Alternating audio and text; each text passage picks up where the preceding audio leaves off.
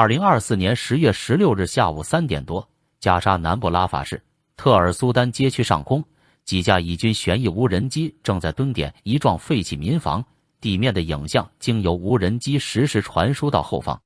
就在刚刚，在蹲点一幢破旧大楼几个小时后，以军无人机锁定了一个戴着头巾逃出建筑的哈马斯武装分子。这名哈马斯武装分子是在与以军一番交火后趁乱窜出的大楼，他与另外2名同伙被击散，分别逃入了2幢不同的废弃民房。即使地面上的交战，枪声四起一片混乱，但以军的后方指挥部却通过无人机传回的地面战场清晰画面，精准定位了分散的每一个哈马斯分子。以军地面作战部队在接收到哈马斯分子躲藏的建筑位置后，下一轮攻势也随即展开。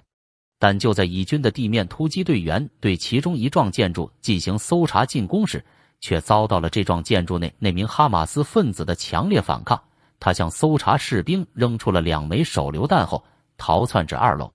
由于搜查击毙的难度过大，以军指挥官最后决定用坦克炮对建筑进行定点轰炸。为了确认建筑内那名哈马斯分子的准确藏身位置，便于实施更精准的打击，其中一架悬停在高空的无人机下降高度，进入建筑2楼侦察。从后来以军公布的这架进入建筑侦察的无人机画面中，整个建筑内的情形一览无余。画面中，该建筑的整个2楼楼层已经基本被完全摧毁，屋内满是废墟，一位浑身布满了灰尘的人如同雕像般侧对着镜头，坐在沙发上一动不动。在无人机逐渐抵近后，可以看清他的右手臂受伤，脸部蒙着头巾，眼睛紧盯着无人机。在无人机悬停观察时，他艰难地抬起左手，在尝试了几次后，将手中的木棍扔向了无人机方向。他想击落无人机。到这时，以军还不知道，这并不是一个普通的哈马斯武装分子，而是以色列苦苦追寻1年的哈马斯最高头目辛瓦尔。一切都在按照既定计划执行。在确认建筑内存活的哈马斯分子的位置后，无人机随即退出了这幢建筑。在确认了建筑内的情况后，很快炮轰建筑的命令被下达。离哈马斯藏身建筑的不远处，以军的坦克操作员在接收到炮轰命令后，开始缓缓地调整炮口的角度和位置，对准目标。这是辛瓦尔的最后一天。谁也不知道，在加沙错综复杂的地道里躲了整整1年后，又突然窜出的辛瓦尔，此时此刻在想些什么？可能此刻他感受到的是绝望，就像去年10月份在那场音乐节上被哈马斯屠杀的人们感受到的绝望一样。叶海亚·辛瓦尔这个哈马斯魔头，为何能在以军部下的天罗地网中于加沙地道鼠窜1年之久？曾在以色列监狱中蹲了20多年监牢的他，又是如何成为哈马斯头目的？在被以军追踪的日子里，他究竟过着怎样的生活？他生命最后的日子又是怎么度过的呢？下面就快订阅 Zero 档案，我们将为您讲述加沙地道鼠窜之王哈马斯魔头辛瓦尔最后一天的故事。以色列当地时间2023年10月6日深夜11点多，在加沙的某处地道中，一个白发男子精瘦的身影在狭小的过道中来回穿梭。这是后来以色列向外界公布的一段监控视频画面，画面中的这名男子就是哈马斯的高层头目之一叶海亚·辛瓦尔，也是发动入侵以色列的哈萨克洪水行动并造成屠杀惨案的罪魁祸首。监控画面中左上角清晰显示，当时是当地时间晚上10点多，辛瓦尔2个儿子背着书包走在他的前面，他自己则穿着拖鞋拎着一个袋子，紧跟身后的是他年幼的女儿。而走在最后那个体态丰腴的女人则是他的妻子。仔细看的话，可以发现辛瓦尔妻子手上提着一个 LV 的名贵包包。此后的画面显示，在大约2个小时的时间内，辛瓦尔在地道中来回走动，搬运水和其他物资。堂堂一个哈马斯高层指挥官，为什么在夜深人静的时候出现在深埋地下的地道中？因为就在辛瓦尔躲在地下6、7个小时后的当地时间10月7号清晨，一场由他主导指挥的惨烈杀戮将在以色列南部展开。10月7日这天是以色列的西姆哈托拉节，这是犹太教的一个重要节日，通常标志着犹太教年度托拉诵读周期的结束和新一轮诵读的开始。在这个欢庆的日子里，人们会举行宗教仪式，载歌载舞，并参与许多社区活动。但是，就在人们都在欢度节日、放松警惕之时，哈马斯的炮弹却打破了这个欢庆的氛围。7号这天清晨，哈马斯武装使用火箭弹对以色列靠近加沙的阿什凯隆、斯德洛特等边境城市进行了密集轰炸。同时，在破坏了加沙与以色列的隔离墙后，车辆运送武装分子入侵以色列领土。还有一些经过训练的哈马斯武装分子使用滑翔伞穿越隔离墙，在突破隔离墙后，哈马斯开始大肆攻击军事基地和屠杀临近以色列社区的平民。袭击后，以色列在被杀的哈马斯武装分子中找到的文件显示，在发动攻击之前，哈马斯对加沙以色列边境附近的社区和军事基地进行广泛的研究，并计划最大限度地屠杀以色列平民，袭击青年中心和小学，劫持人质，并迅速将他们绑架到加沙。在一场音乐节上，至少有260名以色列人被屠杀，数百名以色列士兵和平民，包括妇女和儿童，成为人质被绑架到加沙地带。尽管自2021年以巴冲突以来，哈马斯和以色列之间有发生小量冲突，但没有发生什么重大冲突。一位接近哈马斯的匿名消息人士声称，减少军事活动是哈马斯故意欺敌，让以色列放松警惕。这次袭击的指挥官穆罕默德·德伊夫将这次行动命名为阿克萨洪水行动，指的是2022年阿克萨清真寺冲突。当时以色列警察在巴勒斯坦人和警察发生冲突后突袭阿克萨清真寺。为了实行这次入侵行动，哈马斯武装分子在加沙地带设立6个训练营，并以2年的时间做攻击准备。他们模拟劫持人质及学习使用滑翔伞进行突袭。以色列国防军的发言人曾表示，以色列多年来在不断升级的袭击中摧毁了许多训练区。以色列国土报发布的一项调查显示，在哈马斯发动袭击之前，以色列情报部门发出了警告。虽然在哈马斯发动阿克萨洪水行动的前一天晚上，以色列高级军方官员举行紧急磋商，但是由于疏忽，并没有任何以色列军方官员向在拉伊姆附近举办的音乐节的组织者或参与者发出警告，也没有疏散他们。于是，哈马斯才能乘虚而入，在人群聚集的音乐节上为所欲为。而正当这一切在进行的时候，辛瓦尔早已经像老鼠一样蜷缩在加沙的某处地道中。因为身为哈马斯高层人物的他非常清楚地知道，以色列一直奉行的是让领导先走的定点清除策略，而这场行动过后，必定会引来以色列的疯狂反击。2006年，以色列最高法院最终做出具有里程碑意义的决定，判定定点清除合法。在此之前，以军为了消灭躲在平民中的激进分子而投掷1吨重的炸弹或发射海尔法导弹。后来，为了最大限度减少附带毁伤，以军不得不研发精度更高的武器，制定更严格而明确的战术程序。这一时期，以色列研制出了一种炸药当量仅为200克的弹头，这种导弹可以炸毁高楼中的一套公寓房，或行驶在拥挤道路上的一辆汽车或摩托车，却不会对旁边的人造成致命伤害。同时，情报搜集方法也得到调整，以色列加强了对实施定点清除前决策过程的控制。无人机的使用频率大幅上升，在无人机没有事先对目标进行侦查的情况下，以色列很少会发动定点清除行动。但光有武器和情报还远远不够。许多激进分子藏在医院、清真寺甚至私人住宅等民用设施中，这让国防军感到非常棘手。因为如果被通缉的激进分子躲在医院里，那么消灭他的同时，会对整个建筑物内的其他人造成伤害，这对注重人权的以色列来说是不可接受的。但如果他躲在家里，身边只有1-2个平民，那情况就完全不同了。以色列很可能会做出袭击的决策。于是，为了应对这个挑战，在2009年1月，以军制定了一个被称为敲屋顶的新战术。当时通过搜集而来的情报显示，加沙地带大量房屋被用作武器储藏点。以军明白，虽然这些房屋已成为合法军事目标，但不能直接轰炸。于是，在行动前，国防军和安全局会搜集相关的电话号码，然后通过电话向居民发出警告，让他们在轰炸前撤离。这种方式既能实现打击通缉目标，也能让其对周围平民的伤害降到最低。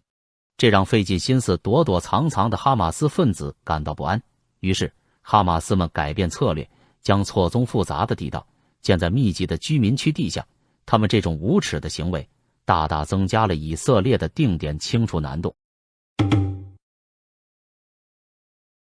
叶海亚·辛瓦尔于1962年出生于加沙地带汉尤尼斯难民营。1948年，阿以战争爆发，他的父母从几十公里远的一个叫做阿什凯隆的城镇逃难到汉尤尼斯。辛瓦尔就是在这种贫困与笼罩着战争阴影的环境中长大的。后来，他在加沙伊斯兰大学学习阿拉伯语和宗教学，逐渐形成了强烈的政治和宗教意识。他曾在青年时期就加入了穆斯林兄弟会，这是哈马斯的母组织。他以坚定的信仰和组织能力逐渐崭露头角。1987年，巴勒斯坦爆发第一次起义，辛瓦尔成为哈马斯的创始成员之一。他与哈马斯创始人艾哈迈德·亚辛关系密切，并被委以重任，为哈马斯军事和安全部门的发展做出了很大贡献。辛瓦尔是哈马斯内部安全部门马吉德的创始人之一，该部门负责清除内部异己，维护组织纪律以及对抗以色列的情报活动，相当于哈马斯内部的刀把子。他积极参与了针对以色列军队和定居点的早期袭击，展现出极强的组织能力和战略意识。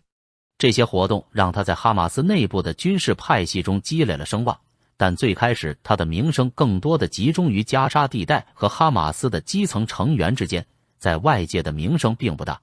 1988年，辛瓦尔因参与多起谋杀以色列士兵和被视为以色列合作者的巴勒斯坦人的行动，而被以色列安全部队逮捕，并被判处多项终身监禁。在监狱期间，辛瓦尔不仅学习了希伯来语，还曾参与以色列开放大学的一系列网络课程。于是，本来是为了让反对以色列的囚犯们理解并认同以色列的文化而开设的课程，却变成了辛瓦尔深入了解以色列的社会和安全体系的工具。同时，在监狱里，辛瓦尔依旧是哈马斯内部的关键人物，他组织了囚犯的政治教育和团结活动，增强了哈马斯在监狱中的影响力。辛瓦尔一直在等待着重新出山的机会，但命运为他安排了一次戏剧性的转折。2004年，辛瓦尔出现了一些症状，例如站立祈祷、摔倒，时而昏迷，时而抱怨颈部疼痛。监狱牙医怀疑他的大脑有问题，可能是中风或脓肿，敦促他紧急住院治疗。在索罗卡医疗中心，他被检查出患有脑瘤，虽然这让他面临死亡的威胁，但以色列出于人道主义考虑，对他进行治疗。以色列外科医生为他切除了致命的脑肿瘤。最终，辛瓦尔在2011年的吉拉德沙利特交换交易中获得释放。这次交换让1027名巴勒斯坦囚犯重获自由，这其中就包括辛瓦尔。事后，从辛瓦尔主导的一系列对以色列的敌对行动来看，当初以色列释放辛瓦尔的这个决定是错误的。但是以色列为了换回一个俘虏而愿意释放如此多的囚犯，足以展现出其对于己方士兵的重视与遵从人道主义的风范。回到加沙的辛瓦尔刚好年过半百，但由于病痛的折磨，已经满头白发，满脸白胡子，而且看起来一副奄奄一息的模样。但其实他的政治生涯在这之后才开始走向顶峰。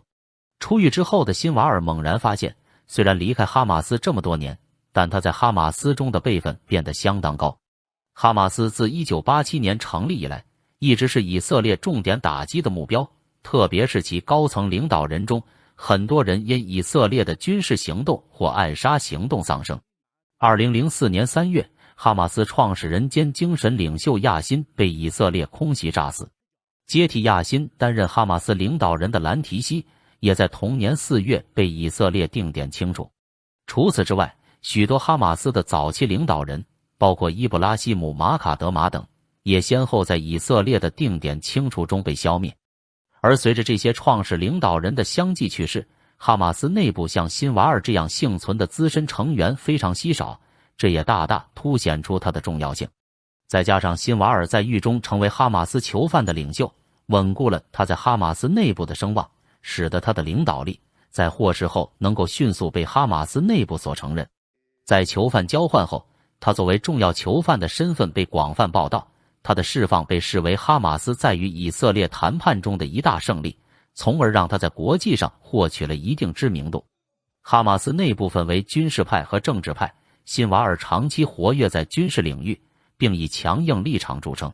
许多像他一样的强硬派人物要么被以色列暗杀，要么在狱中，这让他在军事领域的领导地位几乎无可争议。在2011年阿拉伯之春以及巴以冲突日益激烈的背景下，哈马斯需要更具强硬立场的领导人应对以色列。辛瓦尔的军事背景和长期坚持的强硬政策，使他成为跻身哈马斯高层的热门人选。2017年，辛瓦尔接替伊斯梅尔·哈尼亚成为加沙地带的哈马斯领导人，他的强硬立场和对以色列的直接对抗策略，很快让他在哈马斯内部和巴勒斯坦人中赢得了广泛支持。辛瓦尔深谙利用地下通道和非对称战争策略，这在加沙的多次冲突中得到了验证。他推动哈马斯在加沙的军事能力建设，被认为是加沙地带内哈马斯军事实力的主要策划者之一，尤其是在2021年加沙战争和其后的冲突中扮演了关键角色。辛瓦尔的崛起也引来了国际关注。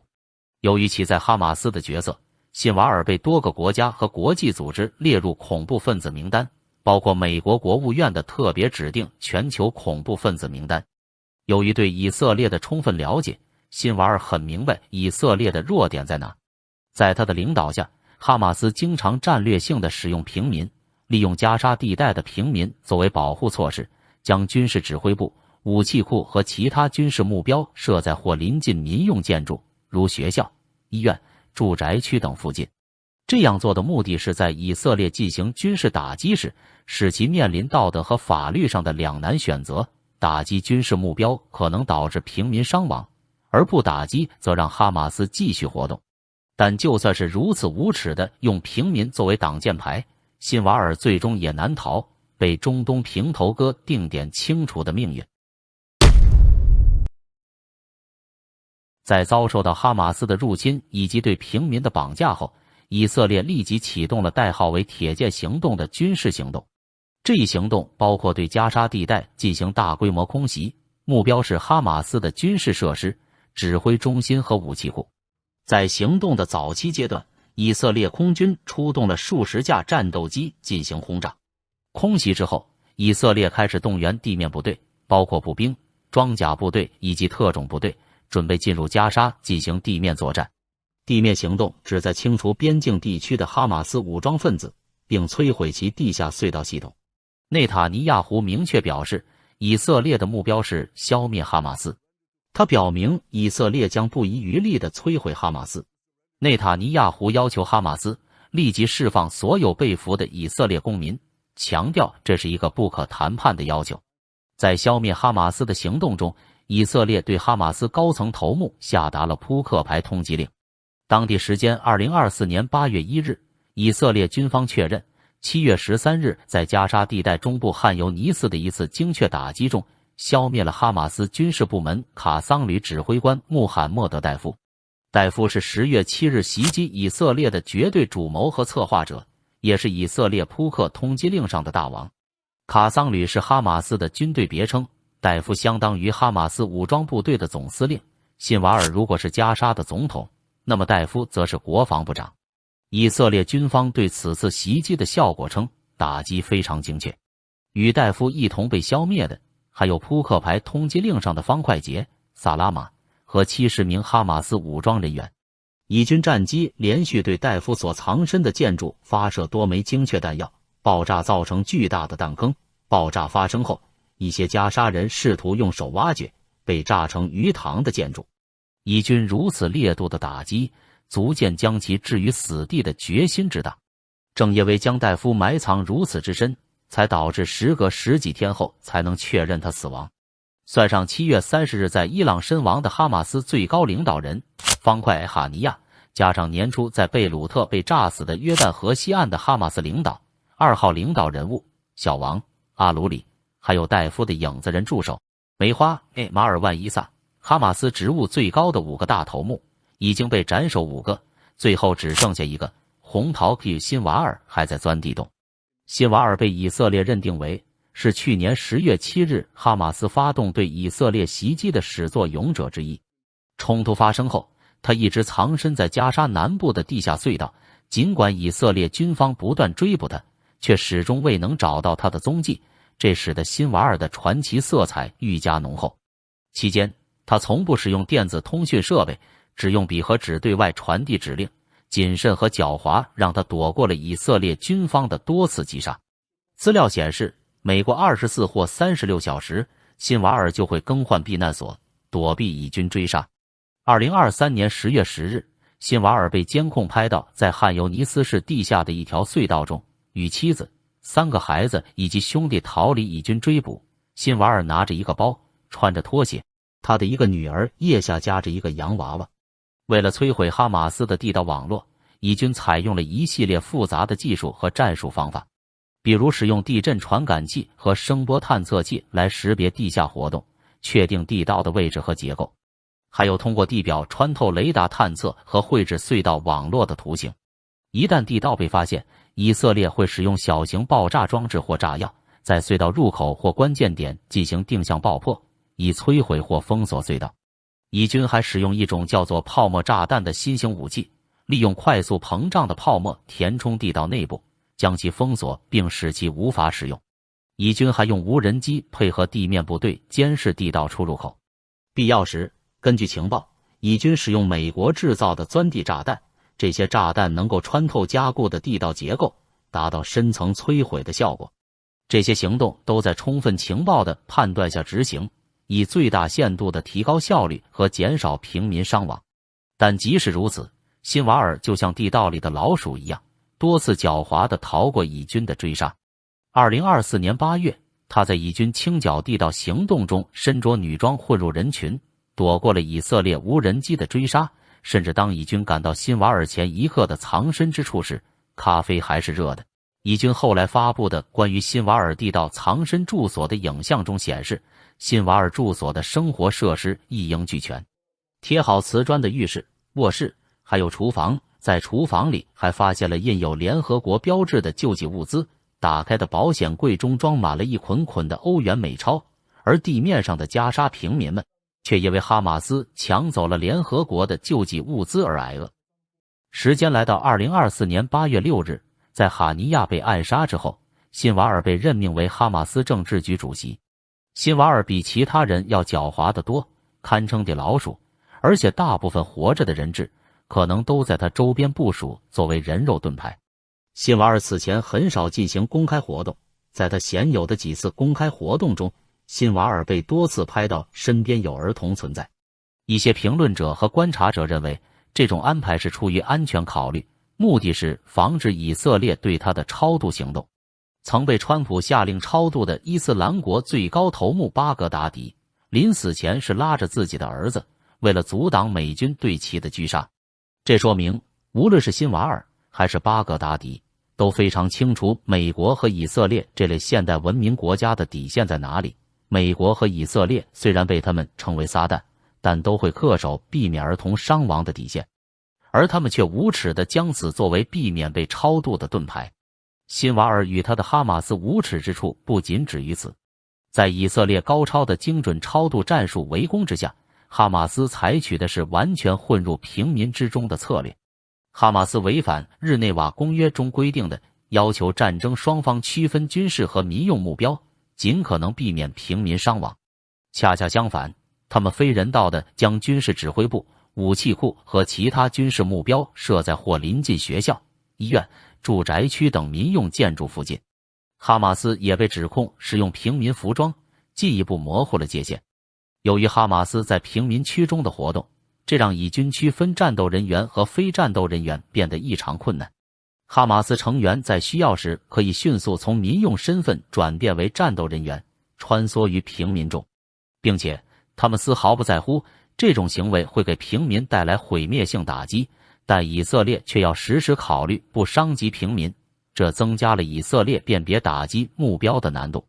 并且哈马斯还通过展示冲突造成的平民伤亡来赢得国际同情和支持，而以色列则面临指责和压力。在地道里躲了整整1年多的辛瓦尔，应该怎么也想不到自己会像逃出地洞的老鼠一样，在以军一次无意的行动中被消灭。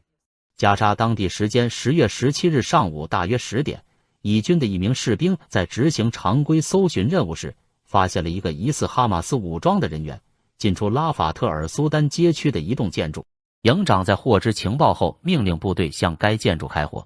下午3点左右，盘旋在目标建筑上空的以军无人机发现有3个身影从大楼走出来，走在前面的2人似乎是随从人员，在为第3人开路。在无人机高空侦察的协助下，以色列国防军再次开火，击伤了在前面开路的2个人。受伤的2人冲进了一栋建筑，第3人则独自冲进了另一栋建筑。事后经证实，此人就是以军在苦苦追捕的辛瓦尔。以军坦克和其他部队分别向2栋建筑开火，辛瓦尔随后上到2楼，并向搜查的步兵排扔出了2枚手榴弹。在士兵被迫撤出后，以方派出了一架无人机进入楼体进行搜查。根据这段以军后来公布的无人机影像，2楼楼层已经基本被完全摧毁，屋内满是废墟。一位浑身布满了灰尘的人如同雕像般侧对着镜头，坐在沙发上一动不动。在无人机逐渐抵近后，可以看清他的右手臂受伤，脸部蒙着头巾，眼睛紧盯着无人机。当时的无人机操作员并不能判断出他就是辛瓦尔，只是把他当成一个普通的哈马斯武装分子。辛瓦尔曾经是哈马斯内部情报组织的头目，而且作为哈马斯高层人物的他，当然对以色列的无人机作战方式非常熟悉。他坐在沙发上一动不动，是为了不想让以军发现他，或者认为他已经死去。在无人机的画面中可以看到，随即他艰难地抬起左手，在尝试了几次后，将手中的木棍扔向了无人机方向。他想要用棍子击落无人机，这是辛瓦尔最后的反抗。在确认建筑内有存活的哈马斯武装人员后，无人机完成了他的任务，向上级和队友报告了情况。就在无人机退出建筑不久后，接着就在辛瓦尔藏身建筑不远处的一辆坦克调整炮口的方位，随即目标处弥漫起一阵烟尘。虽然以色列国防军及以色列安全机构通过持续的情报收集，判断出辛瓦尔可能藏身在加沙地带南部。在几周的行动中，他们也锁定了目标区域，但在这次的作战行动之前，以军并不知道这个戴着头巾的哈马斯武装人员就是辛瓦尔。在敌对行动结束后，由于需等待安全部队清理剩余的爆炸物或埋伏，确保战斗区域的安全，所以尸体确认并不是最紧急的任务。在废墟之中被晾了一晚后，直到第2天清晨，以军士兵在进行战场打扫时，发现了瓦砾之中的搜寻目标外貌酷似辛瓦尔。由于以色列曾在辛瓦尔入狱期间就记录了其 DNA 信息，当局通过 DNA 分析确认了辛瓦尔的身份。以色列警方还通过对比指纹和牙科记录，进一步确认了辛瓦尔的身份。从已没披露的现场照片看，辛瓦尔穿着一件带有手榴弹的军用防弹背心，外界猜测这是他担心被俘而随时准备自爆。现场并没有发现辛瓦尔携带了任何通信设备，可见其采取了极端的安全措施，避免携带任何可以被追踪或监听的设备。这也可以看出，哈马斯领导人通常对通信安全非常警惕，知道以色列的情报机构能够通过电子通信追踪他们的位置。就这样，在地道里东躲西藏流窜了整整1年以后，哈马斯的最高头目辛瓦尔独自葬身在乱石瓦砾之中。内塔尼亚胡在辛瓦尔被击毙后表示，这标志着加沙战争走向结束的开端。他声称，如果哈马斯放下武器并归还被扣押的以色列人员，战争可以立即结束。他曾表示，辛瓦尔的死是哈马斯不再统治加沙的开始，强调这代表了一个哈马斯之后的时代。同时，内塔尼亚胡还通过社交媒体和其他公开声明，直接向哈马斯成员喊话，告诉他们战争已经进入尾声，建议他们投降，而不是为辛瓦尔而死。哈马斯高级领导人哈亚在哀悼仪式上表示，辛瓦尔是10月7日袭击事件的领导者，他在与以色列军队的武装冲突中丧生。此外，哈马斯的声明中提到，辛瓦尔在前线与占领军战斗，最终成为烈士。哈马斯的反应表明，他们将继续其既定路线，辛瓦尔的死亡不会改变其立场。以色列方面在此后放出了辛瓦尔早期的逃亡影像，让追随辛瓦尔的哈马斯成员们知道，他们所谓的领袖并没有与他们并肩作战，而是在地洞中东躲西藏。以色列历来对于救回被绑人质的态度是坚决的，在干掉哈马斯的最高头目辛瓦尔后，内塔尼亚胡也表示，只要释放人质，归还死者遗体，就可以停止战争。除了这次正在进行的从哈马斯手中解救人质的行动外，在此之前，以色列进行的众多解救人质的行动中，最有名的就是1976年的那场由以色列军方和以色列情报特务局摩萨德所策划的恩德培行动。1976年6月27日夜，10名巴勒斯坦解放组织和德国赤军旅的恐怖分子劫持一架法国航空班机，降落在乌干达的恩德培国际机场。在释放了非犹太乘客后，105名犹太乘客和1名机长被劫持关押在一座废弃航站楼内。以色列政府表面上接受恐怖分子交换人质的要求，实则决定采取武力手段来营救剩余的人质。1976年7月4日，约100名以色列突击队员乘坐以色列空军运输机，长途飞行4000公里，秘密降落在恩德培国际机场，并发动奇袭。在激烈交战30分钟后，7名劫机者被击毙。106名人质中，102名人质获救，3人死亡，1名被乌干达政府杀害。这次距以色列几千里之外解救人质的雷霆行动，充分展现出了以色列有仇必报的中东平头哥形象。在中东这片混乱的地区，以色列就是文明世界之光，始终凝视着中东这片混乱野蛮的地区。据报道，自2023年10月7日袭击以来，哈马斯劫持的251名以色列人质中，通过外交谈判达成的停火协议和以色列对哈马斯进行的坚决的军事行动，有160多名人质活着被解救，其余不幸死亡人质的绝大部分遗体也被归还。除了对哈马斯高层与军事设施目标进行打击，以色列的报复行动还针对那些直接参与或支持哈马斯军事行动的个体，包括网络流传的影像图片中实际参与绑架人质的战斗人员，还有情报人员以及负责协调袭击行动的人。